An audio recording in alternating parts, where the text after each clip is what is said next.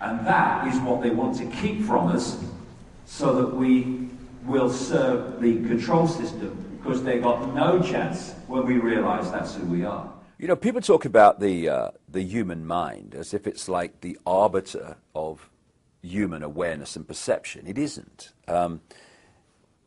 This is why it's so important to get across and for people to realize what the nature of this reality is that we're experiencing. This is quite provably, when you look at the science, it's obvious.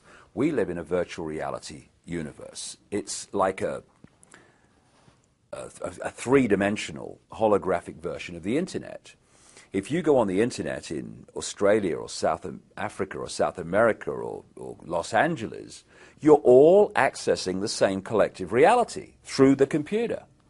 Well, we, in our prime state, are consciousness, not form, but awareness.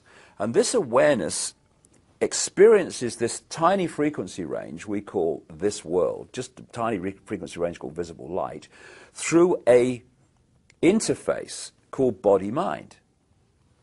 If I want to go on the internet, I can't just go on the internet. I have to have a conduit to go on the internet, a computer. And even then, I don't go on the internet. The computer does. I observe the internet through the computer. This is what consciousness, awareness, the real eternal self that these religious teachings talk about, etc., and non-religious teachings too, talk about. This eternal self. Some people call it soul, whatever you want to call it. And if you hold that awareness to that higher level of self, you're in this world, if you like, physically and experiencing it, but your point of observation is outside of this manipulated reality. And through the lens of body-mind, you can see things that the body-mind in this world and of it cannot see. And the more the system, when you study it, from cradle to grave, be it education, media, all these things, they're all, even religion to a large extent, is designed to pull our focus of attention into body-mind. It's the same. A very good analogy is you're on the internet and suddenly the computer takes control of what you think of the internet, where you go on the internet, and the decisions you make. And the more entrapped you are in mind-body perception, i.e. the five senses, and look at society, it's all about pulling us into the five senses. Look at this, listen to this, taste this, feel this, all trying to hold us in the five senses. The more entrapped you are, the longer it takes, the more powerful the transformation has to be for you to wake up, open your mind, and go to higher levels of your awareness.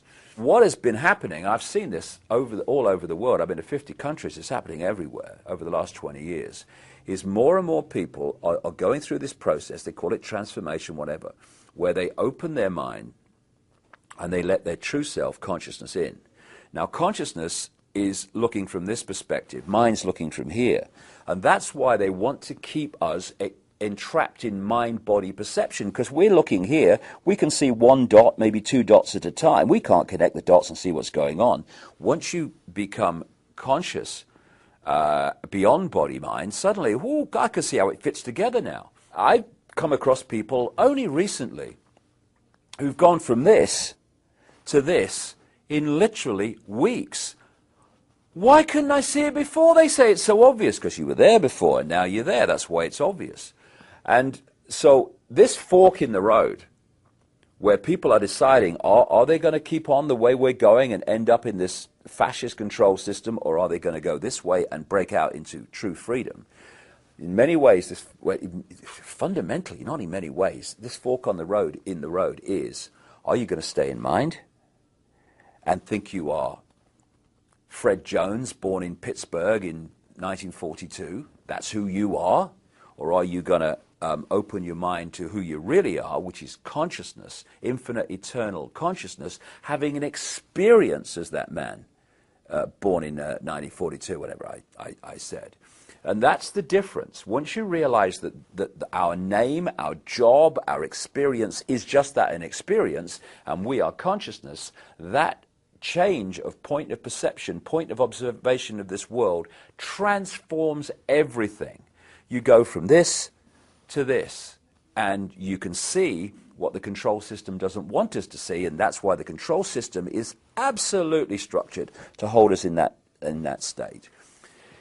The power of human consciousness is demonstrable by the fact that despite all the things that are thrown at us, the cradle-to-grave programming, vast numbers and an exponential curve of numbers are now waking up from it. And it's this awakening that is going to bring this control system down. Not tomorrow, not next year, not the year after, not in 2012 like so many people kind of talk about, but I reckon about 2016, this awakening will have reached the point where the tipping point comes and this control system comes down, because the control system is absolutely founded completely in terms of its existence on humanity being there and not there.